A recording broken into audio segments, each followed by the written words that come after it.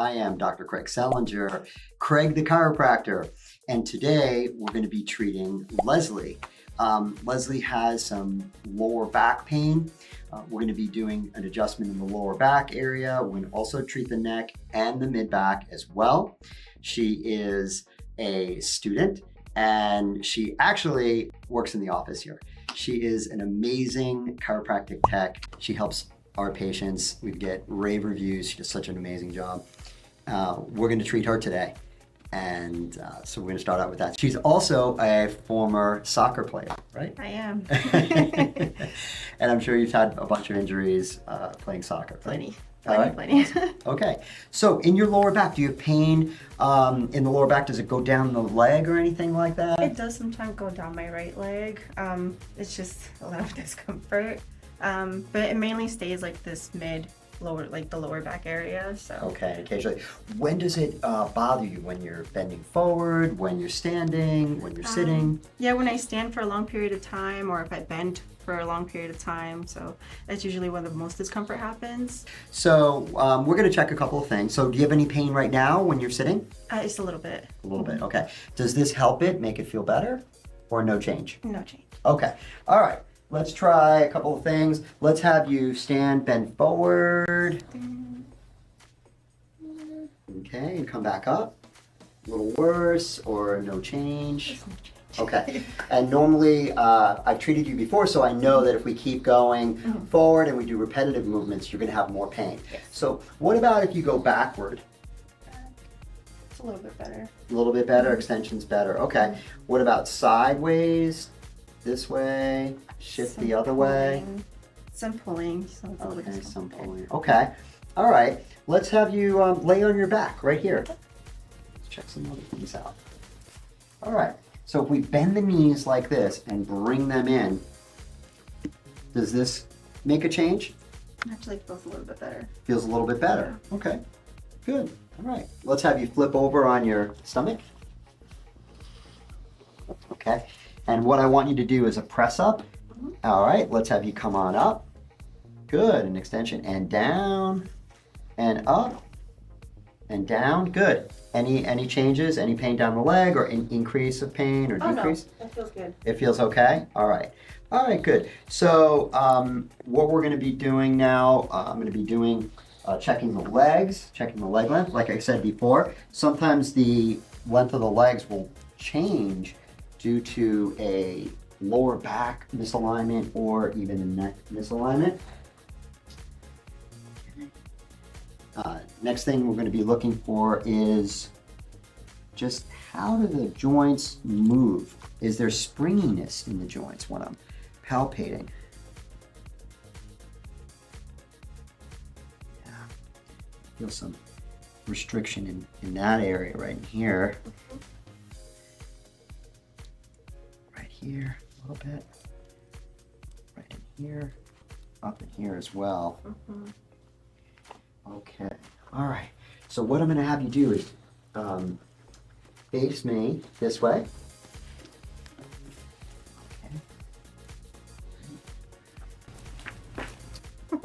Okay.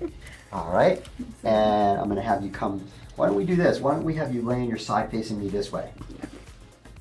Lay me this way. Okay, good. All right. Okay, very good, very good. All right. All right, I'm gonna have you lay on your back with your head right here. Good. And we're gonna bring this here. We're gonna bring this arm here. I want you to bring your legs down. Ready, breathe in and let it go. All right, great. Relax. Right up in here. You know, when people have misalignments in the upper cervical area, it can lead to headaches. It can lead to pain in this area, a whole host of different symptoms. I'm gonna adjust right here. Okay, great. Downward. Good. All right. Good. Okay, so what we're gonna do is have you just kind of bite down a little bit. We're gonna be stretching your neck.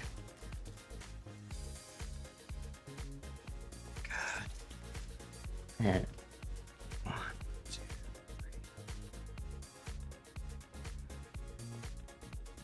3. Good. Excellent. All right, let's have you come on up. Have you face down.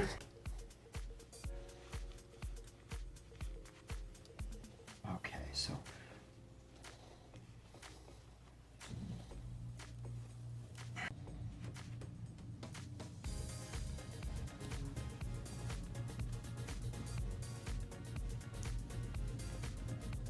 okay. So we're going to do cupping. Now, there are 2 types of cupping, dry cupping and wet cupping. We're going to be doing dry cupping. We're going to be placing these cups on the skin, and we're going to be using an instrument that will create a vacuum, and it will be lifting the skin and helping to move the fascia and muscles underneath. Will help to decrease scar tissue and adhesions and ultimately decrease pain. So this is so it doesn't create too much friction, and it allows the cups to glide along the skin.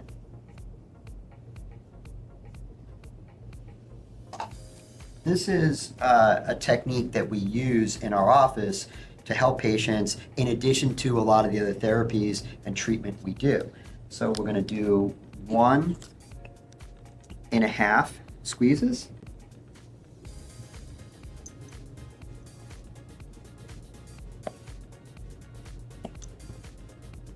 Squeeze, and through here.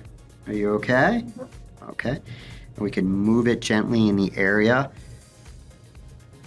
back and forth along the skin, like that.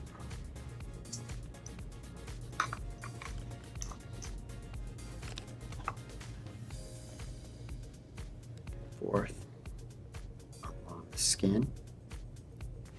It's actually decompressing the tissue, lifting the tissue, increasing blood flow, helping to get the fascia that's underneath the skin and the different muscle layers to be able to move and glide more efficiently.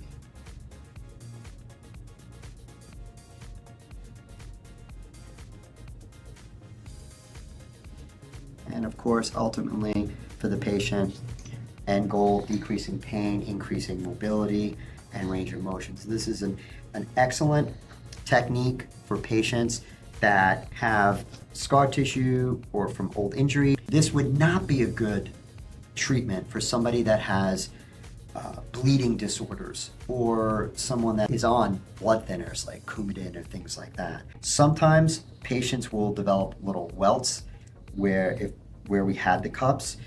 Usually it goes away in a day or so.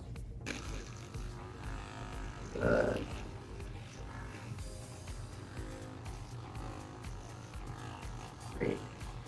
And the massage gun also helps to increase circulation. It helps in a similar manner as the cupping, but it is more of a compressive force into the muscles and into the tissue to help, again, increase blood flow, decrease adhesions in scar tissue, increase range of motion, and ultimately decrease pain. A lot of times you might see at sporting events, some of the trainers using this with some of the athletes if they get a muscle cramp. This is something you'll see on every major sporting event.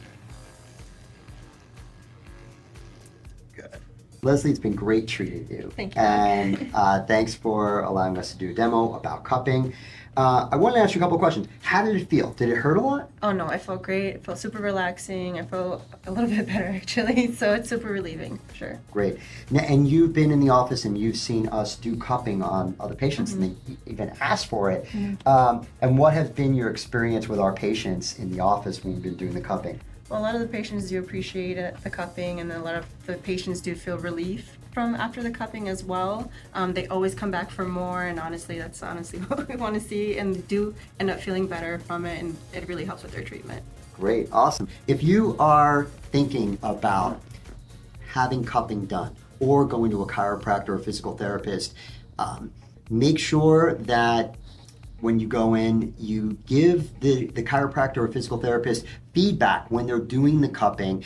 And we did dry cupping, which is doesn't involve any needles. Okay, wet cupping is different. We did not do wet cupping.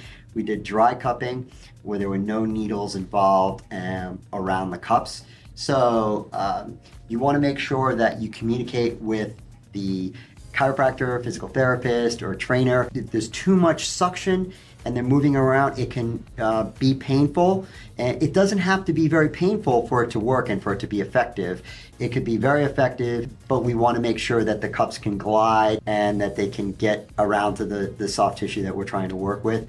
If you liked the video, please click the like button and subscribe. Thanks, and we'll see you soon.